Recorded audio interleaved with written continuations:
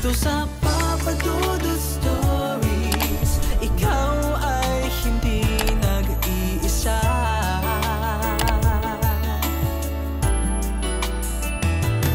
Dito sa Papa Dudut Stories, may nagmamahal sa'yo. Papa Dudut Stories. Papa Dudut Stories. Dear Papa Dudut, sa lahat po ng mga nakatutok ngayon, huwag pong kalimutan mag-like, mag-share at mag-subscribe. Maraming salamat po sa inyong lahat.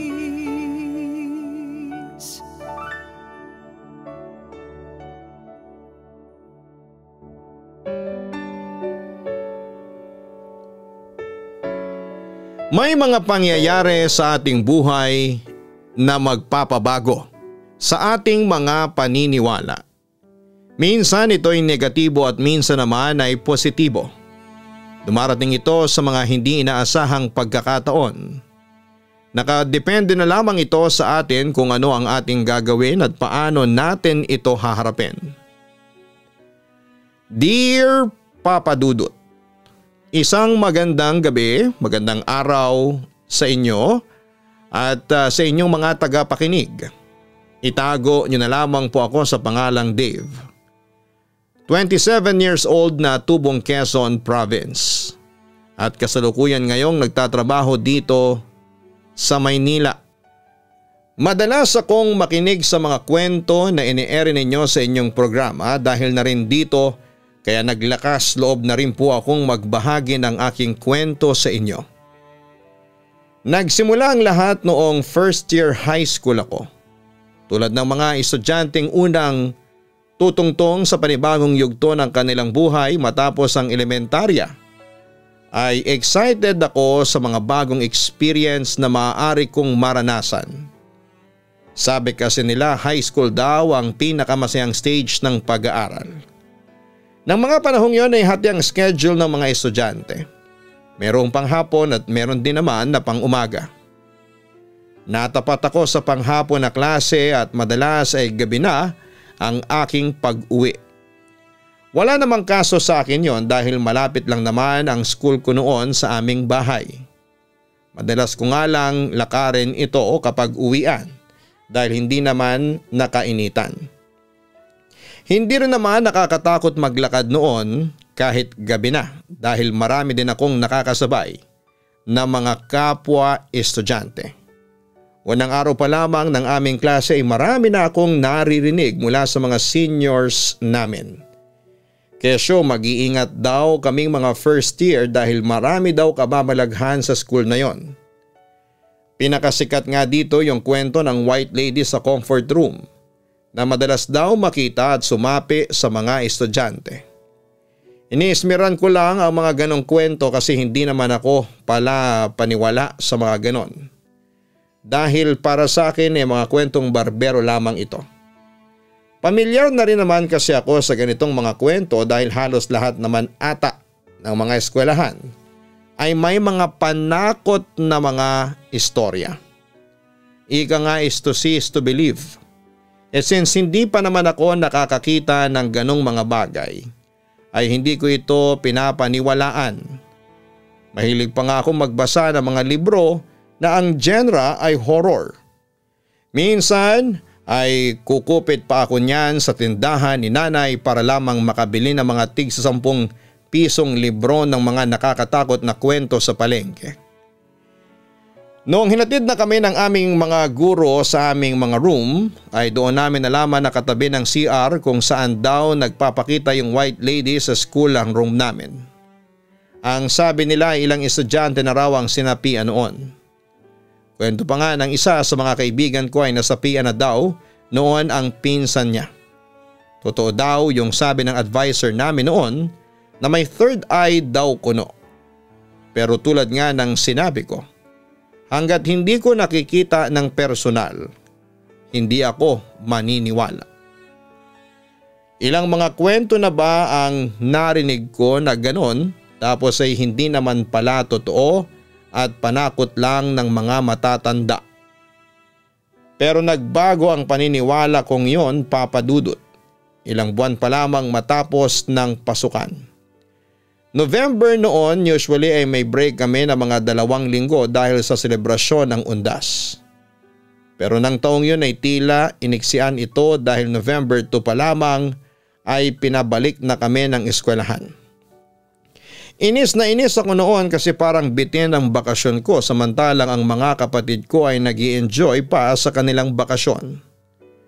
Pero dahil masunurin akong estudyante ay pumasok pa rin naman ako. Pagkapasok ko, may iilan na akong mga kaklase na nasa room. Napansin ko noon na may binabasang libro ang isa sa aming mga kaklase. Nakita ko na ito yung usong-usong libro noon na may compilation ng English Tagalog horror stories na mabibili sa bookstore. Hindi ako nakakabili ng ganon kasi mahal yon para sa akin. Kaya naman laking tuwa ko nang makita kong may kopya noon ang kaklase ko. Kahit na hindi ko siya kaklose ay naisipan ko siyang lapitan at kausapin. Nagbabaka sakali ba na baka makahiram ako sa kanya. Hindi naman ako nabigo dahil sinabi niya na pagkatapos niyang basahin ay maaari ko na itong hiramin. Petiks lang naman kami noon kasi mukhang tinamad ding pumasok ang iba sa aming mga kaklase at mga teacher. Parang nasa 15 lang ata kami noon. Hindi naman ako na-boring kasi may mga kakwentuhan din naman ako habang naghihintay. Simpleng kwentuhan lang ba kung saan kami mga nagpuntahan noong bakasyon. Bandang mga 3:00 na ata ng hapon yon nang iabot sa akin ng kaklase ko ang librong hiniram ko sa kanya. Recess na din noon kaya karamihan sa amin ay nagpunta na sa kantin para bumili ng kanilang makakain. Ako naman ay nagpaiwan lang sa room kasi bukod sa busog pa naman ako, ay excited na din akong masimulan na basahin ang librong hawak ko. Pumwesto ako noon sa may sulok malapit sa bintana na medyo hagip ang gilid na bahagi ng CR. Medyo mapanghi pa nga noon siguro dahil na din sa nakabakasyon pa ang janitor na naglilinis ng school. Pero baliwala lang sa akin yon kasi nga ay mas lamang ang pagkasabi kong makapagbasa ng mga bagong kwento. Ako yung tipo ng tao na kapag nagbabasa ay masyado akong engrossed sa mga kwentong aking binabasa. Kumbaga ini-imagine ko talaga na tila ako ang karakter sa kwentong yon. Hindi ko na nga napansin na nagsibalikan na rin ang mga kaklase ko mula sa kantin. Dahil nga kakaunti lamang kami ay medyo tahimik ang ambience sa room noon. May panakanakang nagkwekwentuhan pero hindi naman ganong kalakas. Saka pinili ko din ang pwesto ko kasi tahimik doon at alam kong walang masyadong pumipwesto dahil takot sila sa mga kwento-kwento. Habang nagbabasa ko, hindi sinasadyang napagawi ang tingin ko sa may bintana. Nakakabothered kasi yung puting tila sako na palipad-lipad malapit dito. Pasimple ko lang itong inoobserbahan kasi habang nagtatagal ay napapansin ko na yung hibla ng puting bagay na yon ay parang hindi naman itsurang hibla ng sako. Yung sako kasi parang malalaki na square, hindi ba? Yung nakikita ko ay parang hibla na manipis. Alam niyo yung usual na tela ng damit. Manipis at pino ang itsura nito. Kaya naman napatingin ako sa suot kong uniform noon. Confirm nga, puting tela ang nakikita kong nililipad sa may bintana. Ewan ko ba? Pero noong na-realize ko yon ay nakaramdam ako ng kaba ng mga oras na yon. Pero kahit na ganoon ay hindi ko na ito binigyan ng pansin. Kahit kinakabahan ay pinagpapatuloy ko pa din ang ginagawa kong pagbabasa kasi baka kunin na sa akin ng may-ari. Pero habang tumatagal ay parang hinihila sa bahaging yon ang aking mata. Napabaling ulit ang paningin ko, nandun pa rin naman ang tila puting tela na nakita kong nililipad. Malumanay lamang itong nililipad ng hangin. Habang nagbabasa ako ay pasulyap-sulyap ako doon. Tila tumatahimik lalo ang aking paligid. Hindi ko alam kung dala na rin ba ng kaba ko o dahil tumigil lang talaga ang mga kaklase ko na magkwentuhan. Di ko na kasi maalis ang tingin ko sa bintana. Iba na ang kaba ko noon. Ewan ko ba kung bakit hindi naman ako naniniwala sa mga ganong bagay pero naisip ko ang kwento ng aming mga seniors. Dahil nga masyado akong abala sa pagbabasa at pagmamatsyag sa puting tela na nililipad-lipad sa labas ay nagulat ako nung biglang may tumapik sa akin. Paglingon ko ay tatawa-tawa pa sa akin ang kaklase kong babae kasi masyado daw ata akong seryoso kaya hindi ko siya napansin na lumapit. Hindi ko alam kung maiinis ba ako sa kanya o matutuwa kasi nakalimutan ko panandalian ang kakaibang pakiramdam na bumabagabag sa akin kanina. Umupo siya sa tabi ko at tinanong ako tungkol sa binabasa ko. Sinagot ko naman siya at kwentuhan ng mga nauna ko nang binasa. Medyo balisa pa rin ako noon kaya hindi ko napigilan ang sarili ko na tanungin ang kaklase ko kung napapansin din ba niya yung palipad-lipad na puting bagay doon sa bintana. Sabi niya ay oo daw. Tinanong ko kung ano ba yon. Sa tingin niya kasi sabi ko ay parang tela na nililipad ang tingin ko. Alanganin siyang ngumiti sa akin na parang natatakot sa tanong ko. Sabay tapik sa balikat ko at sinabing baka naman sako lang yan. Baka daw nadadala lang ako masyado ng binabasa ko. Kaya kung ano-ano na ang naiisip ko. Naisip ko na baka tama nga siya. Kaya pagkatapos noon ay hindi ko na binalingan ng pansin ang bintana. Ilang saglit pang lumipas matapos noon ay dumating ang aming advisor. Akala ko nga ay magtuturo pa siya. Pero sinabihan lang naman kami na maaari na daw kaming umuwi at bumalik na lamang ng Lunes ulit dahil mukhang wala pa namang magsisipasukan ng buong linggong yon. Bago ako umuwi ay bumaling ulit ang aking tingin sa bintana. Nandun pa rin ang nililipad na puting bagay. Iniisip ko kung sisilipin ko pa ba ito sa may bandang CR pero tila may nagtutulak sa akin na huwag kong gagawin yon. Kaya naman minabuti ko na lamang na dumiretso uwi na. Nawala rin naman yon sa aking isipan matapos ang ilang araw. Hanggang sa time na bumalik nga ulit kami sa school at tuluyan ko na itong nakalimutan.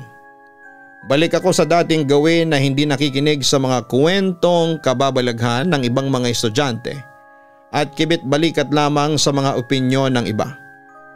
Hanggang sa dumating ang oras na magtuturo na ang aming advisor. Siya kasi ang last subject namin. Maaga siyang natapos sa kanyang mga lesson. Kaya naman binigyan niya kami ng time na magkwentuhan.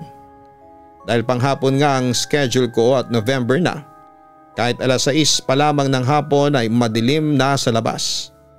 Habang abala kami sa pag-aasara ng katabi ko ay biglang nagsalita si ma'am.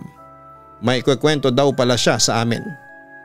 Kasi nung November 3 daw, day after na pumasok kami, may ilang mga estudyante na nakigamit ng room namin. Uso na ng panahong yon yung mga di-keypad na cellphone na may camera. Ayon kay ma'am, ilang estudyante daw ang naisipang mag-selfie doon sa pwenestuhan ko malapit sa may bintana habang nagse-selfie daw sila. Parang normal lang naman ang lahat. Pero nung nag-browse na ang mga estudyante sa mga pictures ay nagulat daw yung teacher na nagbabantay sa mga estudyante kasi bigla na lamang nagtitili ang mga nasa room. Agad naman daw lumapit noon ng teacher sa kanila at tinanong kung ano ang nangyari. Papa Dudut, hindi ko alam kung ano ang mararamdaman ko nang marinig ko ang sinagot ng mga estudyante sa kanilang teacher. Sa isa sa mga picture kasi nila ay makikita na malinaw ang isang babaeng nakasuot ng puting-puting damit habang nakalutang at nanlilisik ang mga namumulang mata na nakatingin sa mga estudyanteng nagpipicture. Grabe daw ang iyak ng mga ito sa nakita, dala na rin ng sobrang takot. Napatingin ako bigla sa kaklase kong babae na napagsabihan ko ng napansin ko ng araw bago ang insidenteng yon. Nanlalaki ang mga mata niyang nakatingin sa akin habang nakatakip ang kanyang kamay sa kanyang bibig. Parehas kami nang naiisip ng mga oras na yon. Posibleng ang nakita kong puting bagay na lilipad-lipad ng araw na yon ay ang damit ng nakuha ng babae sa picture. Umuwi ako ng gabing yon at tila lutang at hindi may paliwanag ang nararamdaman. Naisip ko yung mga panahon na natatawa lang ako sa kwento ng iba tungkol sa white lady sa school. Hindi ko alam na maging ako ay may experience din pala ito. Bagamat hindi ko ito nakita ng malapitan ay iba pa rin ang takot na naging hatid ng akala ko ay gawa-gawa lamang na kwento ng mga nag-aaral sa paaralang yon. Matapos ang araw na yon ay hindi na ako napalagay. Naging paranoid na din ako at mas piniling huwag na lamang mag-CR dahil sa takot na magpakitang muli ang white lady. Ang pinagpasalamat ko na lamang siguro ng mga panahong yon ay mabuti na lamang at sinunod ko ang aking pakiramdam na hindi na silipin pa kung ano ba ang nakita ko ng araw na yon. Dahil kung ginawa ko ito, hindi ko alam kung ano pa ang posible kong makita ng araw na yon. Hindi naman ako nakaramdam ulit ng ibang mga kababalaghan matapos ang pangyayaring yon. Kaya naman akala ko ay okay na ang lahat. Pero isang gabi ay napanaginipan ko ang babaeng nakaputi. Nanlilisik ang mga mata nitong nakatingin sa akin habang nililipad ang mahaba nitong buhok. Sa panaginip ko ay gusto kong tumakbo para lumayo ngunit hindi ko ito magawa dahil tila napako ako sa aking kinatatayuan. Pinipilit kong gumalaw pero hindi ko talaga maikilos ang aking katawan. Palingon-lingon ako sa aking paligid pero wala akong makitang ibang tao na maaari kong mahinga ng tulong. Napansin ko rin na parang nasa isang bakanting lote kami ngunit hindi naman pamilyar sa akin ang lugar na yon. Patuloy akong naghahanap ng maaaring tumulong sa akin habang pinipilit ng katawang kong gumalaw. Ngunit tulad ng una ay nabigo akong gawin yon. Muli kong ibinalik ang aking paningin sa kanya ngunit napasigaw ako nang paglingon ko ay nasa harapan ko na ang duguan niyang mukha habang nakangisi siya sa akin na tila ba mapupunit na ang kanyang mga bibig. Nagising ako ng gabing yon sa yugyog sa akin ng aking nanay. Tinanong niya kung ano bang nangyari sa akin at bakit daw ako sumisigaw sa aking pagtulog. Naiiyak akong yumakap kay nanay. Sabihin niyo nang para kong bading pero ng oras na yon ay gusto ko nang maramdaman ang init ng yakap ng aking nanay na siyang nakapagpakalma sa akin ng gabing yon. Alalang alala siya sa akin noon kaya naman nabanggit ko sa kanya ang aking karanasan. Habang nagkukwento ako ay hinahagod lamang niya ang aking likod habang taimtim na nakikinig. Kinabukasan ay tulala lamang ako sa aming klase dahil naiisip ko pa rin ang aking panaginip.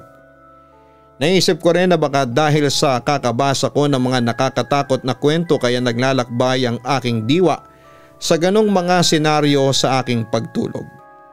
Dagdag pa dito ang patuloy kong pag-aalala sa mga naging kaganapan itong mga nakaraang linggo. Upang hindi na maulit ang nangyaring yon ay iniwan ko na ang pagbabasa ng mga horror stories at pinili ko na lamang na magbasa ng mga comics. Sa unang 3 gabi ay okay naman ang lahat. Hindi na ako nananaginip pa ng mga nakakatakot na bagay, ngunit sa ika-4 na gabi ay muli ko siyang napanaginipan. Katulad ng naunang setting ng panaginip. Nasa isang bakanting lote ulit kami at magkaharap.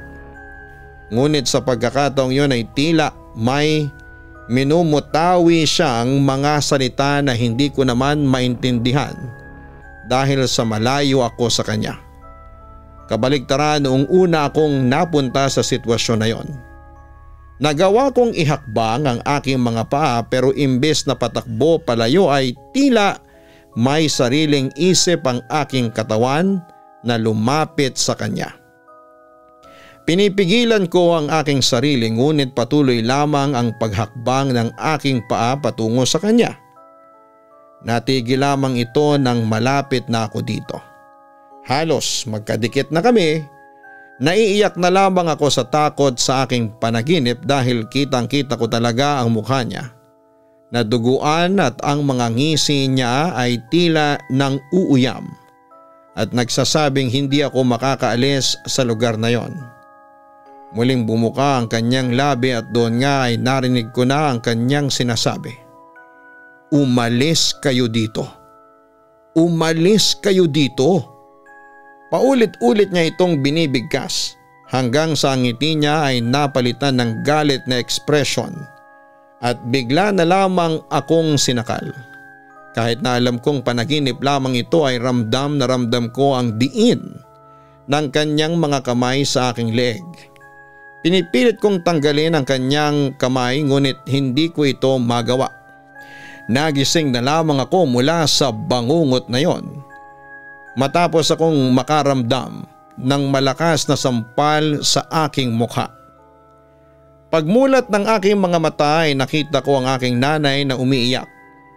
Nakatitig lamang ako sa kanya dahil hindi ko pa rin maintindihan kung ano ba ang nangyayari sa akin. Nalaman ko na lamang kinabukasan nang silipin ako ng aking ina sa kwarto ay laking gulat nito dahil sinasakal ko ang aking sarili. Nag-aalala na siya noon kaya naman ang araw na yon ay hindi niya muna ako pinapasok sa eskwelahan at dinala sa isang albularyo. Sa ginawang pagsusuri ng albularyo ay nakita nito na may kumapit daw sa aking isang espiritu at ito ang gumagambala sa akin. Hindi ako nagsasalita noon dahil hindi ko alam ang aking sasabihin.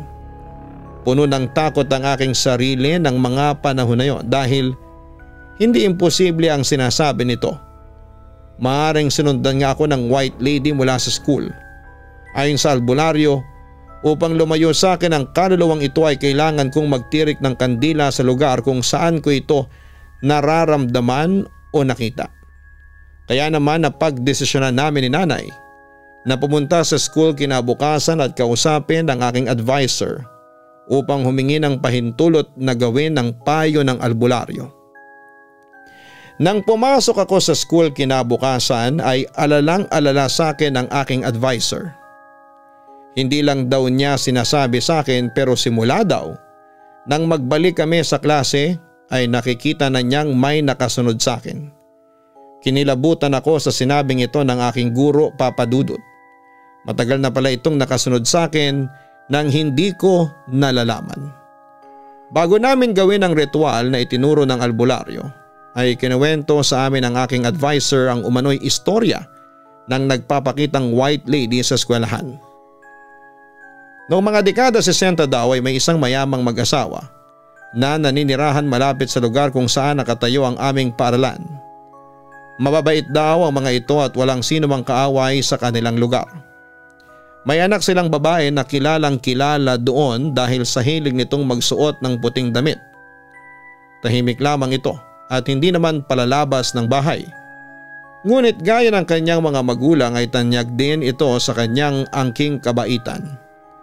Kapag lumalabas ito ay hindi po pwedeng wala itong inaabot sa kanilang mga tauhan, lalo na at kung alam nitong kailangan ng mga ito ng kanilang tulong.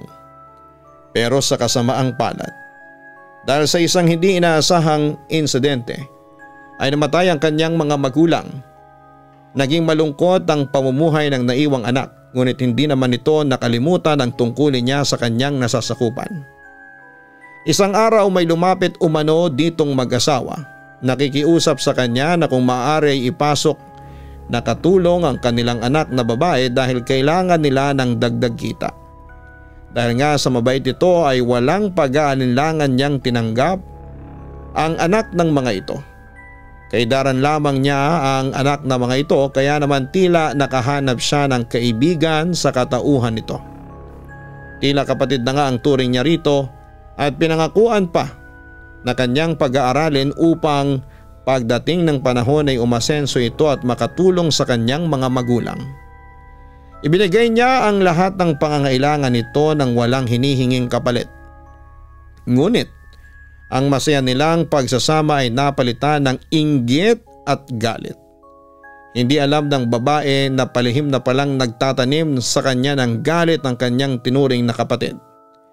Nainggit ito dahil kahit na hindi na magtrabaho ang babae ay makakapamuhay na ito ng matiwasay.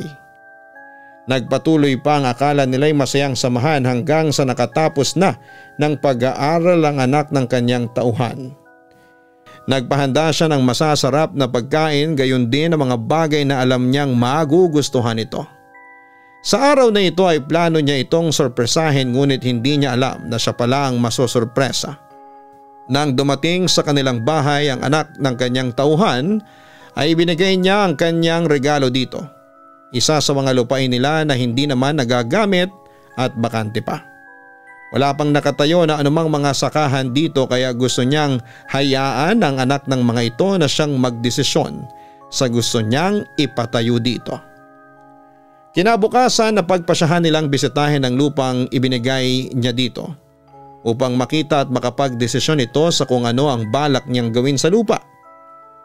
Masaya silang nag-ikot sa kalupaan hanggang sa abuti na sila ng gabi. Uuwi na dapat sila ngunit bigla siyang pinigilan ng anak ng kanyang tauhan. Nagtataka siya sa ikinikilos nito.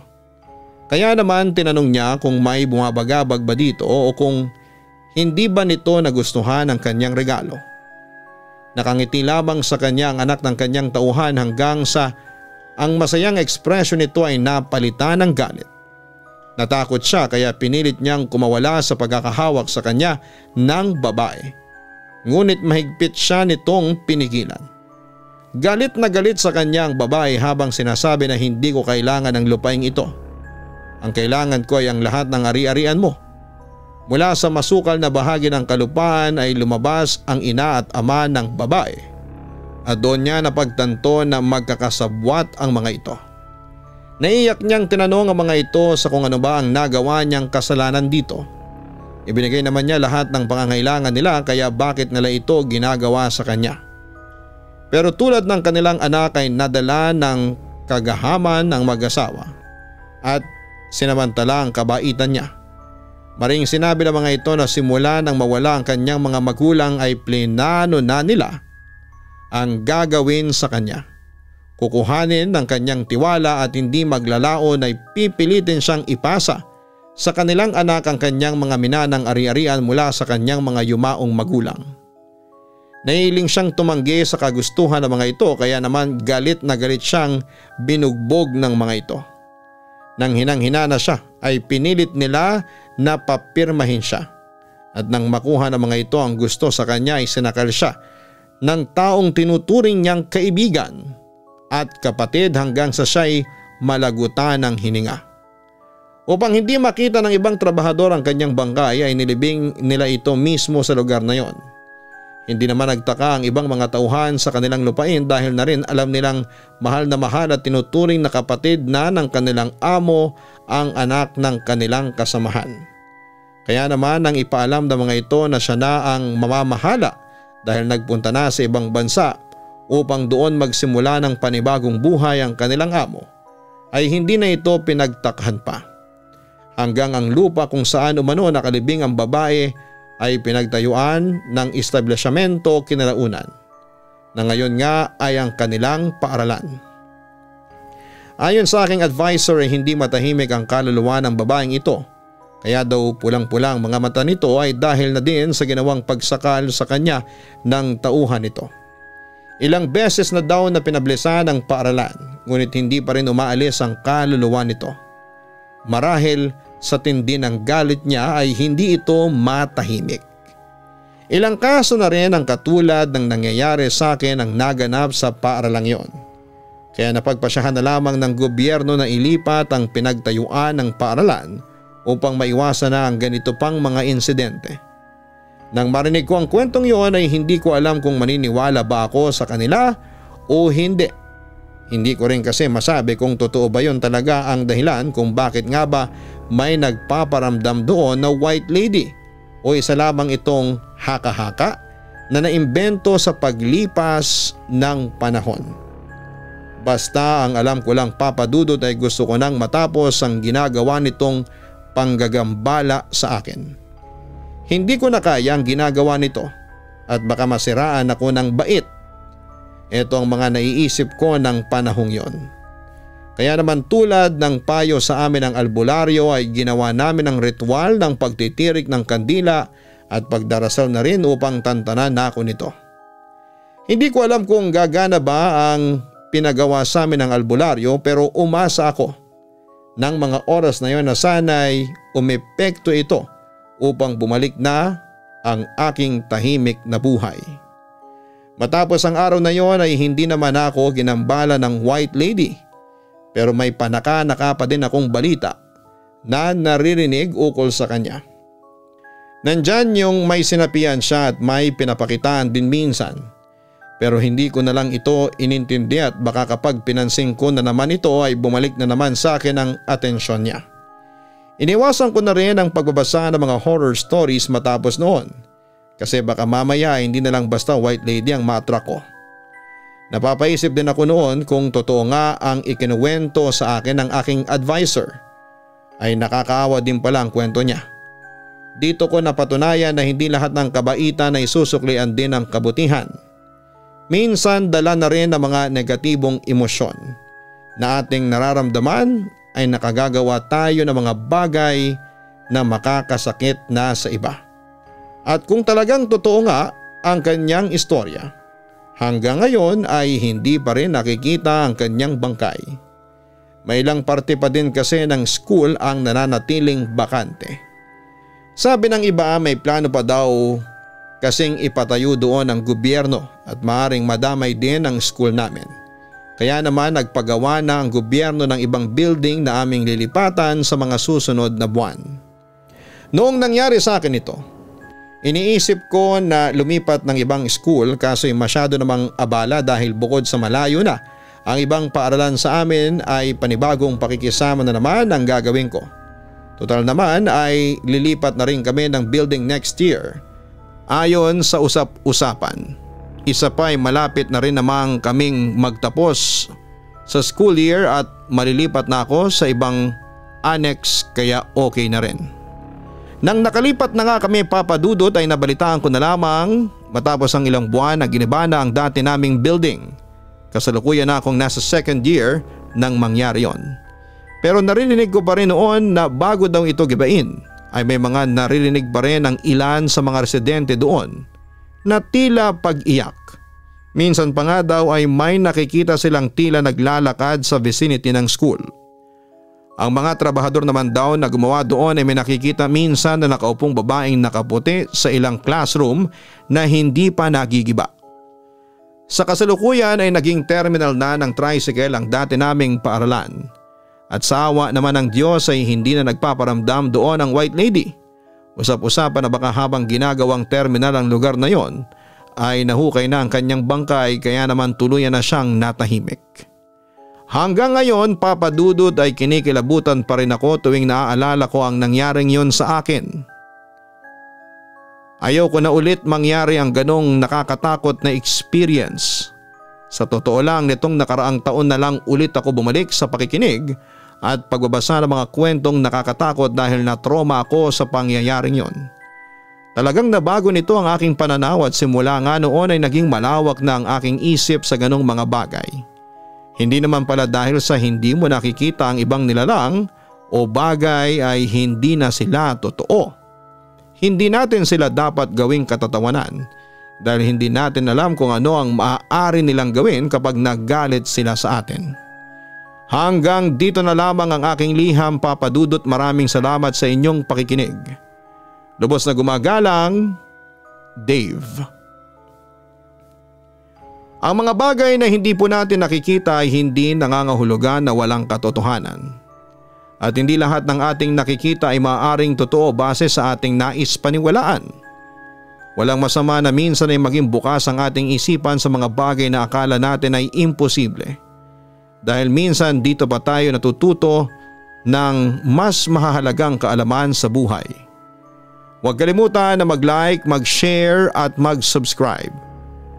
Suportahan niyo po ang Kaistorya YouTube channel at ang Gian Gianna Vlogs.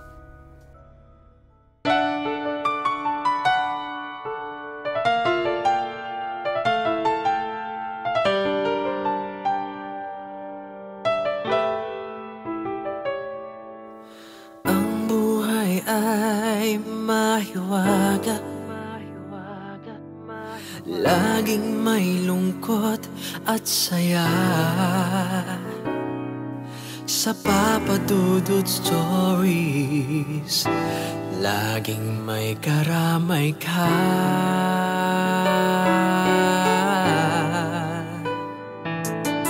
Mga problemang kay bigat, dito ay pakikinggan ka. Sa Papa Dudut Stories, kami ay iyong kasama. Dito sa Papa Dudut Stories, ikaw ay hindi nag-iisa.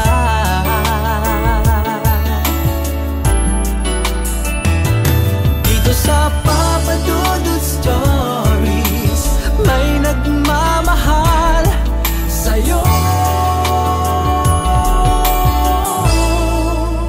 Papa Dudut Stories,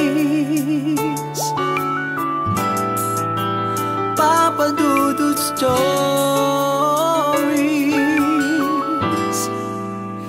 Papa Dudut Stories.